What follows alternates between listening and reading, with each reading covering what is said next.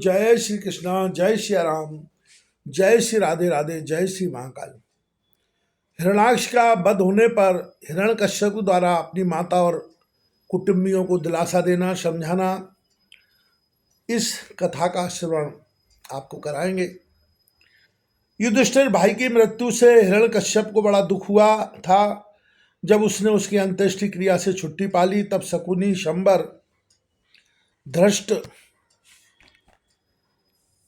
भूत, संतापन, ब्रख, कालनाव, महानाव, हर्षमश्रु और उत्कच अपने इन भतीजों को सांत्वना दी। उनकी माता रूषा भानु को और अपनी माता दिति को देश काल के अनुसार मधुर वाणी से समझाते हुए कहा। हिरण्यकश्यप ने कहा, मेरी प्यारी माँ, बहू और पुत्रों, तुम्हें वीर हिरण्याक्ष के लिए किसी प्रकार का शोक नहीं करना चाहिए। वीर पुरुष तो ऐसा चाहते ही हैं कि लड़ाई के मैदान में अपने शत्रु के सामने उसके दांत खट्टे करके प्राण त्याग करें। वीरों के लिए ऐसी ही मृत्यु श्लाघनीय होती है। देवी जैसे प्याऊ पर बहुत से लोग इकट्ठे हो जाते हैं, परंतु उनका मिलना जुलना थोड़ी देर के लिए ही होता है। वैसे ही अपने कर्मों के फेर से देव बस जीव भी मिलते और बिछुड़ते हैं। वास्तव में आत्मा नित्य, अविनाशी, शुद्ध, सर्वगत, सर्वज्ञ और देह इंद्रिय आदि से पृथक है। वह अपनी अविद्या से ही देह आदि की सृष्टि करके भोगों के साधन सूक्ष्म शरीर को स्वीकार करता है। जैसे हिलते हुए पानी के साथ उसमें प्रतिबिंबित होने वाले वृक्ष भी हिलते से जान पड़ते हैं और घुमाई जाती हुई आँख के साथ सारी पृथ्वी ही घूमती सी दिखाई देती है, कल्याणी वैसे ही विषयों के कारण मन भटकने लगता है और वास्तव में निर्विकार होने पर भी उसी के समान आत्मा भी भटकता हुआ सा जान पड़ता है। उसका स्थूल और सूक्ष्म शरीरों से कोई भी संबंध नहीं है, फिर भी वह संबंधी सा जान पड़ता है। सब प्रकार से शरीर आत्मा को शरीर समझ लेना, यही तो अज्ञान है। इसी से प्रिय अथवा अप्रिय वस्तुओं का मिलना और बिछुड़ना होता है। इसी से कर्मों के साथ संबंध हो जाने के कारण संसार में भटकना पड़ता है। जन्म, मृत्यु, अनेकों प्रकार के शोक, अविवेक, चिंता और विवेक की विस्मृति, सबका कारण वह अज्ञान ही है। इस विषय में महात्मा लोग एक प्राचीन इतिहास कहा करते हैं। वह इतिहास मरे हुए मनुष्यों के संबंधियों के साथ यमराज की बातचीत है। तुम लोग ध्यान से उसे सुनो। उसी नर देश में एक बड़ा तपस्वी राजा था। उसका नाम था सुयज्ञ। लड़ाई में शत्रुओं ने उसे मार डाला। उस समय उसके भाई बंधु उसे घेर कर बैठ गए। उसका जड़ाऊ कवच छिन्न हो गया था। गहने और मालाएं तहस नहस हो गई थीं। बाणों की मार से कलेजा फट गया था। शरीर खून से लथपथ था। बाल बिखर गए थे, आंखें धस गई थी। क्रोध के मारे दांतों से उसने होंठ दबे हुए थे। कमल के समान मुख धूल से ढक गया था। युद्ध में उसके शस्त्र और बाहें कट गई थी। रानियों को देव बस अपने पतिदेव उसी नरेश की यह दशा देखकर बड़ा दुख हुआ। बे हानाथ, हम अभागने तो बेमौत मारी गईं, यूं कहकर बार बार जोर से छाती पीटती हुई अपने स्वामी के चरणों के पास गिर पड़ी। वे जोर जोर से इतना रोने लगी कि उनके कुछ कुमकुम से मिलकर बहते हुए लाल आंसुओं ने प्रियतम के पाद पद्य पखार दिए। उनके केस और गहने इधर उधर बिखर गए। वे करुण क्रंदन के साथ विलाप कर रही थी, जिसे सुनकर मनुष्यों के हृदय में शोक का संचार हो जाता था। हाय विधाता, बड़ा क्रूर है। स्वामिन, उसी ने आज आपको हमारी आंखों से ओझल कर दिया। पहले तो आप समस्त देशवासियों के जीवन दाता थे, आज उसी ने आपको ऐसा बना दिया कि आप हमारा शोक बढ़ा रहे हैं। पतिदेव, आप हमसे बड़ा प्रेम करते थे, हमारी थोड़ी सी सेवा को भी बड़ी करके मानते थे। हाय, अब आपके बिना हम कैसे रह सकेंगे। हम आपके चरणों की चेरी हैं। वीरवर, आप जहाँ जा रहे हैं वहीं चलने की हमें भी आज्ञा दीजिए। अपने पति की लाश पकड़कर इसी प्रकार विलाप करती नहीं उस मुर्दे को वहां से दाई के लिए जाने देने की उनकी इच्छा नहीं होती थी। इतने में ही सूर्यास्त हो गया। उस समय उसी नर राजा के संबंधियों ने जो विलाप किया था उसे सुनकर वहाँ स्वयं यमराज बालक के वेश में आए और उन्होंने उन लोगों से कहा। यमराज बोले, बड़े आश्चर्य की बात है, ये लोग तो मुझे सयाने हैं, बराबर लोगों का मरना जीना देखते हैं, फिर भी इतने मूढ़ हो रहे हैं। अरे यह मनुष्य जहाँ से आया था वहीं चला गया, इन लोगों को भी एक ना एक दिन वहीं जाना है, और फिर झूठ मूठ ये लोग इतना शोक क्यों करते हैं। हम तो तुमसे लाख गुने अच्छे हैं, परम धन्य हैं, क्योंकि हमारे माँ बाप ने हमें छोड़ दिया है, हमारे शरीर में पर्याप्त बल भी नहीं है, फिर भी हमें कोई चिंता नहीं है। भेड़िए आदि हिंसक जंतु हमारा बाल भी बांका नहीं कर पाते। जिसने गर्भ में रक्षा की थी वही इस जीवन में हमारी रक्षा करता रहता है। देवियों, जो अविनाशी ईश्वर अपनी मौज से इस जगत को बनाता है, रखता है और बिगाड़ देता है, उस प्रभु का यह एक खिलौना मात्र है। वह इस चराचर जगत को दंड या पुरस्कार देने में समर्थ है। भाग्य अनुकूल हो तो रास्ते में गिरी हुई वस्तु भी ज्यों की त्यों पड़ी रहती है, परंतु भाग्य के प्रतिकूल होने पर घर के भीतर तिजोरी में रखी हुई वस्तु भी खो जाती है। जीव बिना किसी सहारे के देव की दया दृष्टि से जंगल में भी बहुत दिनों तक जीवित रहता है, परंतु देव के विपरीत होने पर घर में सुरक्षित रहने पर भी मर जाता है।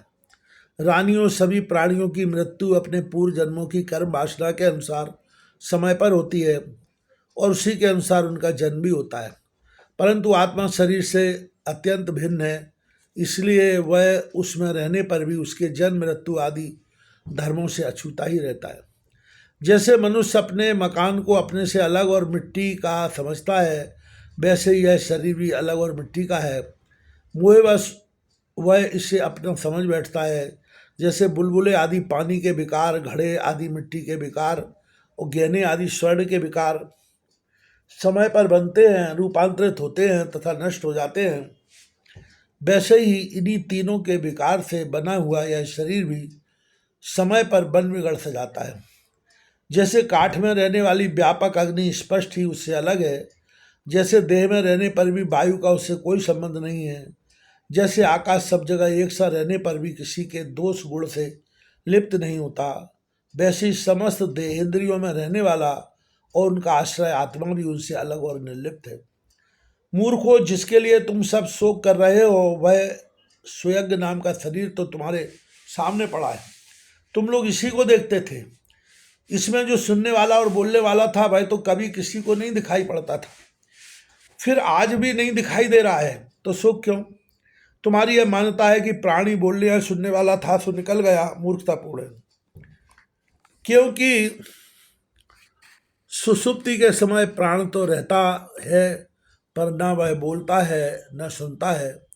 शरीर में सब इंद्रियों की चेष्टा का हेतुभूत जो महाप्राण है, वह प्रधान होने पर भी बोलने या सुनने वाला नहीं है क्योंकि वह जड़ है। देह और इंद्रियों के द्वारा सब पदार्थों का दृष्टा जो आत्मा है, वह शरीर और प्राण दोनों से पृथक है।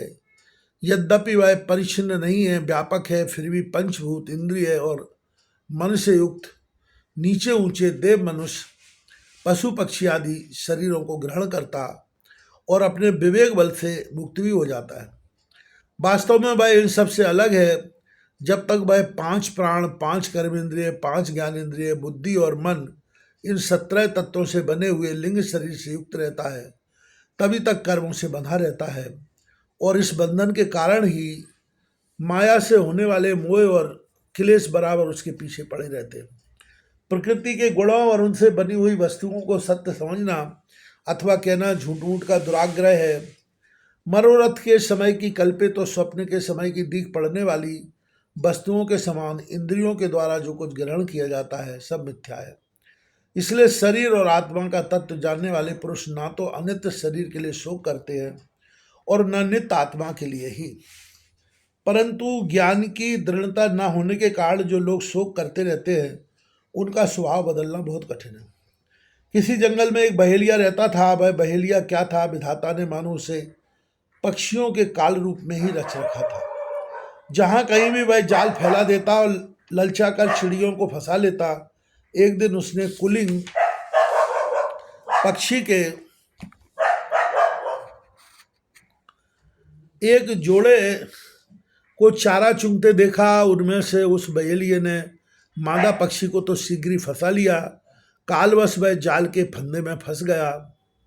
नर पक्षी को अपनी मादा की विपत्ति को देखकर बड़ा दुख हुआ। वह बेचारा उसे छुड़ा तो सकता न था, इसने से उस बेचारी के लिए विलाप करने लगा। उसने कहा, यूं तो विधाता सब कुछ कर सकता है, परंतु है वह बड़ा निर्दयी। यह मेरी सहचरी एक तो स्त्री है, दूसरे मुझ अभागे के लिए शोक करती हुई बड़ी दीनता से झटपटा रही है। उसे लेकर वह करेगा क्या? उसकी मौज हो तो मुझे ले जाए, इसके बिना मैं अपना यह अधूरा विधुर जीवन जो दीनता और दुख से भरा हुआ है लेकर क्या करूँगा। अभी मेरे अभागे बच्चों के पर भी नहीं जमे हैं। स्त्री के मर जाने पर उन मातृहीन बच्चों को मैं कैसे पालूंगा। वो घोंसले में वे अपनी माँ की बाट देख रहे होंगे। इस तरह वह पक्षी बहुत सा विलाप करने लगा। अपनी सहचरी के वियोग से वह आतुर हो रहा था। आंसुओं के मारे उसका गला रुंध गया था।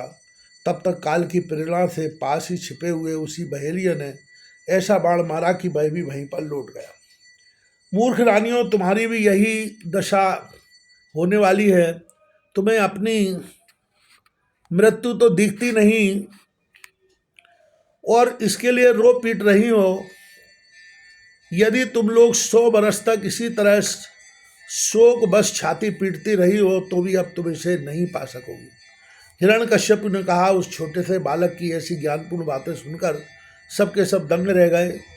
उसी नरेश के भाई बंधु और स्त्रियों ने यह बात समझ ली कि समस्त संसार और उसके सुख दुख अनित्य व मिथ्या है। यमराज यह उपाख्यान सुनाकर वहीं अंतर्ध्यान हो गए। भाई बंधुओं ने स्वयं की अंत्येष्टि क्रिया की। इसलिए तुम लोग भी अपने लिए या किसी दूसरे के लिए शोक मत करो। इस संसार में कौन आत्मा है, कौन अपने से भिन्न, क्या आत्मा है और क्या पराया। प्राणियों को अज्ञान के कारण ही अपने पराय का दुराग्रह हो रहा है। इस भेद बुद्धि का और कोई कारण नहीं। नारद जी ने कहा, युधिष्ठिर, अपनी पुत्र वधु के साथ दिति ने हिरण्यकश्यप की यह बात सुनकर उसी क्षण पुत्र शोक का त्याग कर दिया और अपना चित्त परम तत्व स्वरूप परमात्मा में लगा दिया।